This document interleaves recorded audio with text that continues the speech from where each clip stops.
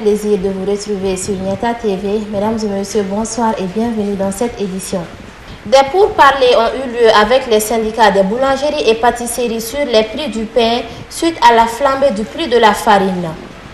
2 jours de formation à l'endroit d'une centaine d'hommes détenus a démarré ce mardi matin à l'initiative de l'autorité de protection des données à caractère personnel. Le Burkina Faso appelle à un sursaut national contre le terrorisme après 2 jours d'attaque.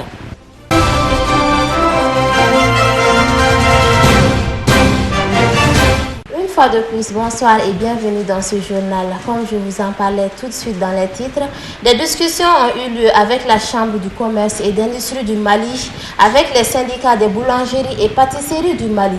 Ces négociations concernent les prix du pain suite à la flambée du prix de la farine. Depuis 2 jours, le maintien des prix du pain à 250 francs et 125 francs est source de malentendus entre le gouvernement et les boulangers. Et ce communiqué du ministère de l'Industrie et du Commerce, il m'a été donné de constater de façon récurrente que certains individus mal intentionnés annoncent sur les réseaux sociaux une augmentation imminente du prix du pain de 250 francs CFA à 300 francs CFA et de 125 francs CFA à 150 francs CFA. Le ministre de l'Industrie et du Commerce tient à rassurer les consommateurs que ces annonces découlent de propos irresponsables et sont de nature à perturber l'ordre public. Le ministre rappelle que le protocole d'accord signé le 30 mars 2021 fixant le prix consensuel du pain à 250 francs CFA le gros et 125 francs CFA le petit demeure valable et aucune augmentation du prix du pain n'est à l'ordre du jour. En conséquence, aucun manquement ne sera toléré et les auteurs de ces perturbations s'exposent aux sanctions prévues par les textes en vigueur en République du Mali. Nous parlons toujours de pain dans cette édition. Pour protester contre la hausse du prix de la farine, les boulangers ont été appelés à arrêter la production de pain par leurs syndicats. La hausse de la farine impacte négativement sur les revendeurs de pain. En effet, la pénurie de pain s'est faite sentir ce matin dans la capitale. Certaines boulangeries étaient fermées alors que d'autres étaient ouvertes à notre passage dans quelques quartiers de la commune 5 du district de Bamako. Maimouna Koulibaly et Salif Niari. Certains boulangers ont décidé de ne pas produire du pain ce matin. Cela a eu des impacts négatifs sur le commerce des revendeurs du pain. À cause de cette pénurie du pain, beaucoup de revendeurs de pain comme les boutiquiers, les vendeurs de nourriture au bord du goudron ont eu des difficultés ce matin. On n'a pas livré de pain ce matin. Je suis allée à la boulangerie moi-même pour acheter le pain. Une miche de pain est à 250 francs CFA. J'ai pas eu de bénéfice. J'ai fait un sacrifice pour mes clients, aussi pour pouvoir vendre mes nourritures. On nous a dit que c'est le prix de la farine qui a augmenté. J'ai pas eu de pain ce matin parce qu'ils veulent augmenter le prix du pain.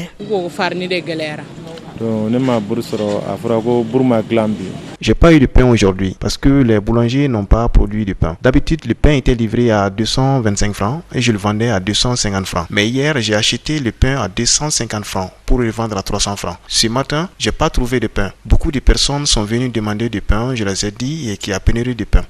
J'ai pas eu beaucoup de pain ce matin et je n'ai pas pu vendre mes nourritures. J'ai trouvé le petit pain. Le gros pain n'a pas été produit par les boulangers. Le prix du petit pain n'a pas changé. J'ai eu un peu seulement et cela a impact sur la vente de mes nourritures. Face à cette situation, les uns et les autres ont lancé un appel. Vraiment, prendre le pain à 250 francs, le revendre à 300 francs ne nous arrange pas du tout. Je lance un appel à l'endroit des boulangers de diminuer un peu le prix pour que nous puissions trouver un peu de bénéfice. Le manque de pain a impacté négativement sur notre commerce aujourd'hui.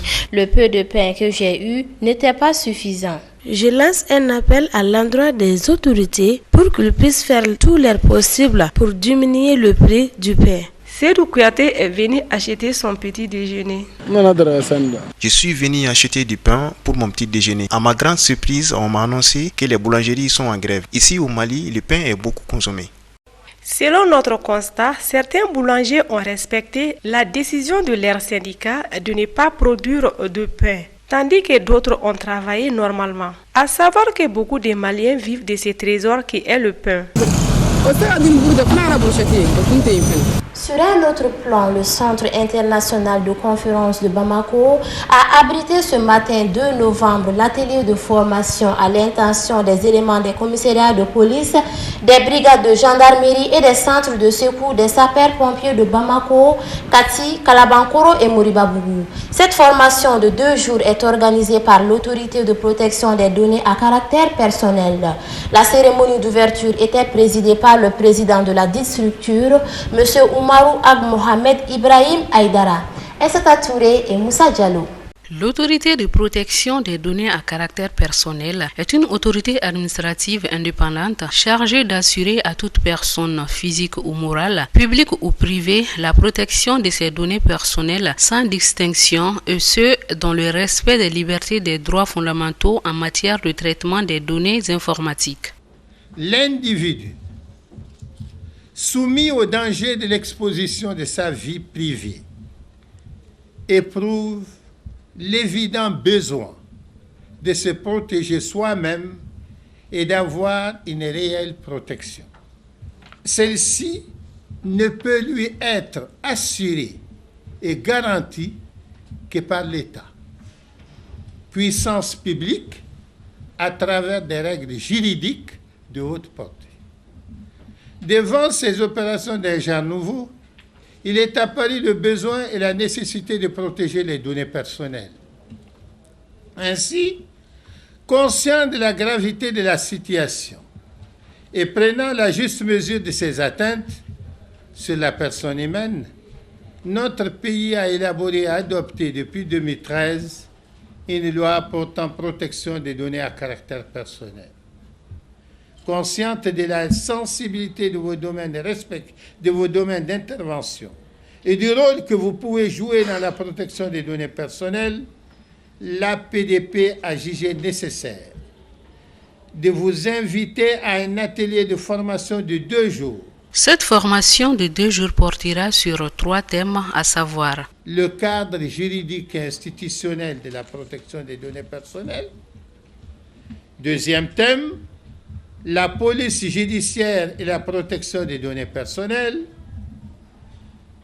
3e thème, les atteintes aux données personnelles et à la vie privée des individus. Le président de l'autorité de protection des données à caractère personnel est optimiste quant à la réalisation de ce programme par nos forces de sécurité pour mener à bien leur mission. L'accomplissement de ce programme, j'en suis persuadé, comblera vos attentes en matière de formation et de protection des données personnelles et de la vie privée, d'autant qu'elle vous permettra de mener à bien vos missions tout en sécurisant les données personnelles et la vie privée de nos concitoyens. Au regard de l'intérêt que revêt cette formation, je vous invite à l'assiduité et à la ponctualité afin que vous puissiez en tirer le meilleur profit. À noter qu'ils sont au nombre de 100 personnes, tous des forces de l'ordre, tout protocole confondu, qui bénéficient de cette formation de 2 jours. Elle se poursuivra jusqu'au 3 novembre. La communauté internationale célèbre chaque 31 octobre la Journée mondiale des villes. L'édition 2021 a été célébrée ce lundi 1er novembre par le Mali. Elle a été marquée par une conférence débat autour des problématiques urbaines et les propositions de solutions y afférentes. Présidée par le secrétaire général du ministère de l'Urbanisme, de l'Habitat, des Domaines, de l'Aménagement du territoire et de la population, Sambala Madi Kanouté, l'ouverture de cette rencontre d'échange a eu lieu à la Direction nationale de l'urbanisme, de l'habitat, en présence du chef du dit service. La journée vise à promouvoir l'intérêt de la communauté internationale pour l'urbanisation mondiale durable. Elle entend faire avancer la coopération entre les pays et les villes afin de relever les défis de l'urbanisation et contribuer au développement urbain durable dans le monde. Elle est ainsi une occasion pour les pouvoirs publics et la société civile d'informer et sensibiliser les populations en organisant des activités sur les enjeux majeurs comme les droits fondamentaux, le développement durable ou la santé. Le thème choisi lancé à cet effet est adapter les villes à la résilience climatique. Intervenant à l'occasion, le secrétaire général du ministère de l'Urbanisme, de l'Habitat, des domaines de l'aménagement du territoire et de la population a fait le lien entre le changement climatique et la croissance démographique. Actuellement, 55% de la population mondiale vit en ville, a relevé Sambala Madi Kanouté, précisant que les taux d'urbanisation devraient avoisiner les 70% en 2050. Selon lui, l'Afrique comptera pour une grande partie de l'accroissement de la population urbaine. Cette dernière, importante et rapide,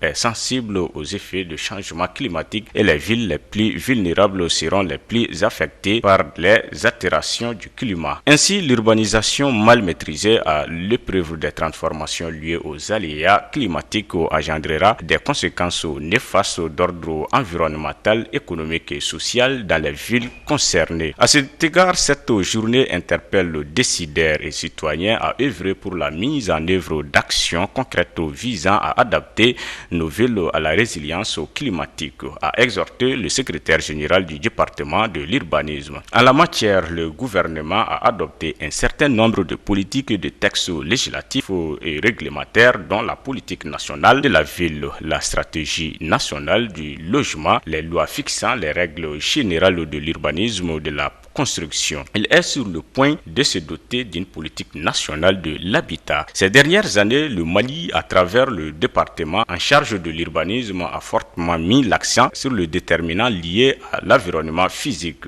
Il s'agit, entre autres, de la qualité de l'habitat, de l'hygiène du milieu physique et atmosphérique, de l'accès du plus grand nombre de Maliens à des logements décents, de l'aménagement des espaces verts et de la préservation de l'écosystème. Cette approche exige de nous tous le soutien aux stratégies nationales en faveur de la santé et de l'environnement, tant au niveau individuel que local, mais aussi par un changement de comportement pour le respect des normes et des règles de vie dans les concessions, les quartiers réguliers, les quartiers spontanés ou taudis et les villes par une grande observation des meilleures pratiques urbaines, a plaidé Sambala Madi Kanouté. L'assistance a eu droit à une projection vidéo faisant intervenir la directrice exécutive du programme des Nations Unies pour les établissements urbains, Madame Maimouna Mo Sharifo, a indiqué que les villes et les communautés doivent être les pionnières dans la lutte contre le changement climatique. Elle s'est dit prête à aider les États membres à mettre en place des stratégies d'adaptation, de réduction des risques de catastrophes, de relèvement face à la COVID-19 et de développement intégré. Nous devons également faire des communautés urbaines vulnérables notre priorité collective. À l'échelle mondiale, plus de 880 millions de personnes vivent dans des bidonvilles, souvent dans des endroits précaires et surpeuplés avec peu ou pas d'accès aux services de base. Ils subiront de plein fouet la crise climatique, bien que leur empreinte au carbone soit parmi les plus faibles, a analysé la diplomate onicienne. Au cours de la rencontre, les participants ont également échangé sur la problématique de la mobilité urbaine dans le district de Bamako, les bâtiments intelligents et le développement durable. Il y a 8 ans que Ghislaine Dupont et Claude Verlon ont été assassinés à Kidal. Le 2 novembre 2013, ils étaient en reportage lorsqu'un commando de 4 personnes les a enlevés puis assassinés à quelques kilomètres de la ville. Un assassinat revendiqué par Al-Qaïda au Maghreb islamique. 8 ans plus tard, de nombreuses zones d'ombre subsistent toujours. L'enquête judiciaire se poursuit en France et au Mali. Il ne reste désormais plus qu'un ravisseur encore en vie.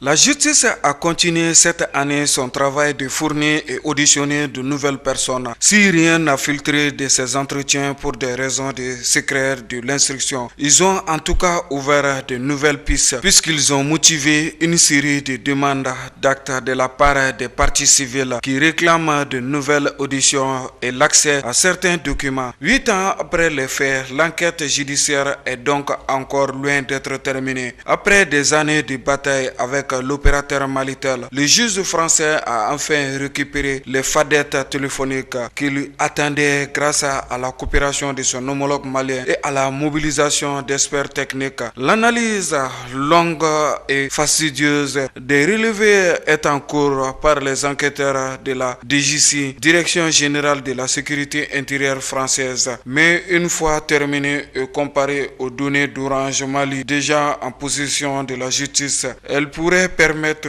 de mieux cerner les relations entre les acteurs du drame et d'établir de nouvelles complicités, voire responsabilités. Autre point marquant cette année, ce qui réduit le nombre de suspects encore vivants et susceptibles de parler la mort début juin de Baye Aga Bakabo, le chef du commando des ravisseurs. Baye Aga Bakabo n'était pas visé selon l'armée française. Le 5 juin, l'armée française frappe un groupe de terroristes qui prépare une attaque près d'Aguelok. Entre les camps onusiens installés dans cette localité des confins du nord malien, le 11, la ministre française des armées, Florence Parly, annonce que Baye Aga Bakabo figure parmi les 4 terroristes tués. Baye Aga Bakabo dirigeait le commando qui avait assassiné Ghislaine Dupont et Claude Verlon, anciens combattants d'Ansardine, puis Acme, proche de Seydine Aga Ita, l'un des commanditaires de l'assassinat, aujourd'hui devenu un cadre du GSIM. Le groupe de soutien à l'islam et aux musulmans d'Iad Agali, il avait été entendu en mars 2013 à Kidal par les services français de renseignement et par la force Serval, à qui il avait signifié sa disponibilité pour d'autres rencontres. Était-il devenu un agent des services de renseignement maliens ou français, voire les deux, comme le sous-entendent certaines sources. En tout état de cause, il y a 5 mois, selon la version officielle, ce n'est qu'après l'opération que l'armée française a découvert qu'il figurait parmi les victimes. En clair, il n'était pas personnellement visé. Une version contredite par plusieurs sources, y compris militaires, selon lesquelles le groupe ciblé était suivi depuis plusieurs jours. Selon ces sources, la présence de Baye Aga Bakabo, considéré comme une cible prioritaire, était bel et bien connue. Les demandes de précision de RFI sur la manière dont Baye Aga Bakabo aurait été identifié après coup sont restées sans réponse. L'état-major français des armées invoqua le niveau de confidentialité touchant cette action lorsqu'elle en a fait l'annonce. La ministre française des armées Florence Parly a déclaré que la mort de Baye Aga Bakabo met fin à une longue attente. Quelques jours plus tard, l'association des amis de Ghislaine Dupont et Claude Verlon déplorait au contraire sa mort qui empêchait la vérité d'un procès. Nous attendions la justice, pas la vengeance. Avec la disparition de Baye Aga Bakabo, il ne restait désormais plus qu'un membre du commando susceptible de parler. Amadi Aga Mohamed, dernier ravisseur encore vivant. Amadi Aga Mohamed n'est que son vrai nom, car il utilise d'autres. Amadi Aga Talta, Abu Nagma ou encore Agou Mouzir. Selon des informations collectées par des services français de renseignement qui notent également que l'homme est réputé par son rigorisme religieux. En 2013, Amadi Aga Mohamed est comme les 3 autres membres du commando qui ont assassiné Ghislaine Dupont et Claude Verlon, combattants de la Katiba, Youssef bin Tashim, affilié à Al-Qaïda au Maghreb islamique et dirigé par Seydane Aga Ita. Seydane est depuis devenu l'un des bras droits d'Iad Agali, chef du groupe de soutien à l'islam et aux musulmans, et Amadi Aga Mohamed aurait lui aussi pris du galon. Le général Moussa Traoré, un témoin clé, point d'interrogation. Un homme intéresse particulièrement les partis civils. Il s'agit de Moussa Diawara, chef des services de renseignement malien à l'époque. Jusqu'au coup d'état d'août 2020, ce général était intouchable. Mais depuis fin juillet, il est en prison après avoir été arrêté dans le cadre de la disparition du journaliste malien Birama Touré en 2016. Ex-patron des services de renseignement, il a été l'homme le mieux informé du Mali pendant des années et c'est à ce titre qu'il intéresse les avocats de proches de nos confrères.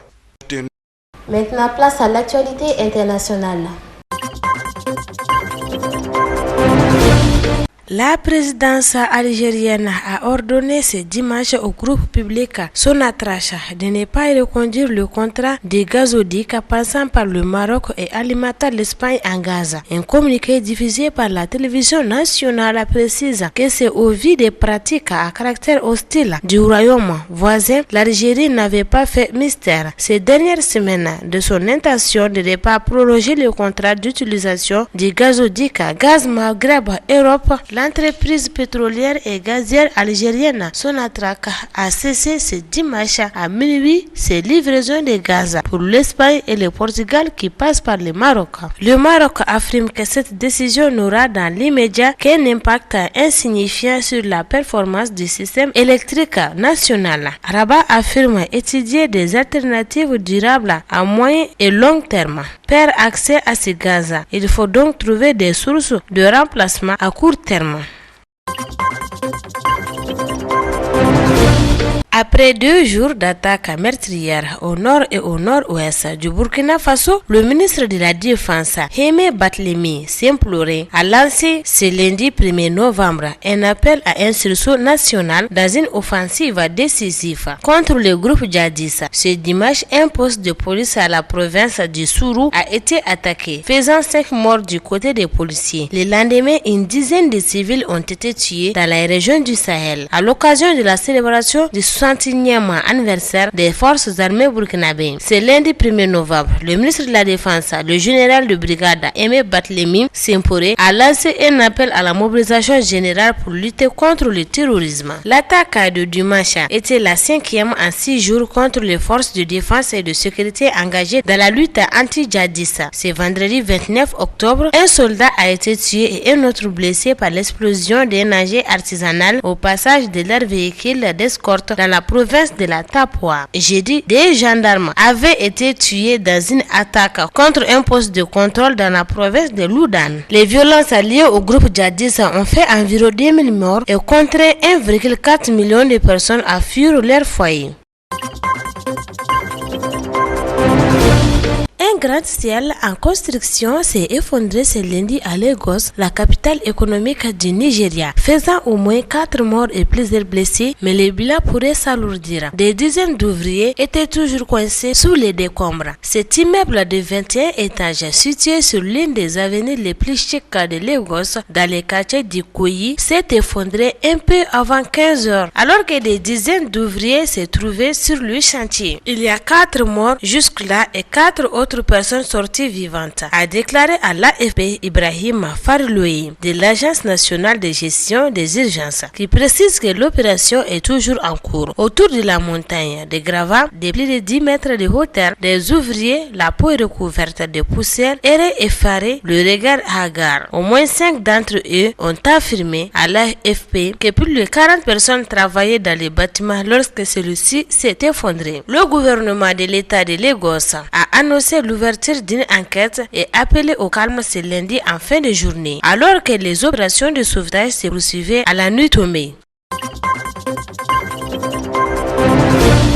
Première journée ce lundi 1er novembre du sommet sur le climat à Glasgow. À la tribune, les présidents de Mauritanie, du Gabon, de RCA, du Congo-Brazzaville et de Zambie notamment ont mis l'accent sur les lourdes conséquences qu'a déjà le dérèglement climatique dans leurs pays respectifs et plus généralement sur le continent africain. Le changement climatique s'aggrave et il représente un danger existentiel pour le Kenya comme pour la majorité des pays africains, a estimé le président Uhuru Kenyatta. Les événements climatiques extrêmes comme les inondations et la sécheresse nous fait perdre entre 3 et 5% de notre PIB chaque année. De plus, il aggrave l'insécurité alimentaire et engendre une concurrence entre communautés et entre pays pour l'accès aux ressources. La promesse des pays riches de porter à 100 milliards par an leur aide climat aux pays en développement à partir de 2020 n'est pas encore tenue. Mais les dirigeants du continent n'ont pas été les seuls à s'exprimer, car si ce grand rendez-vous est imminemment politique,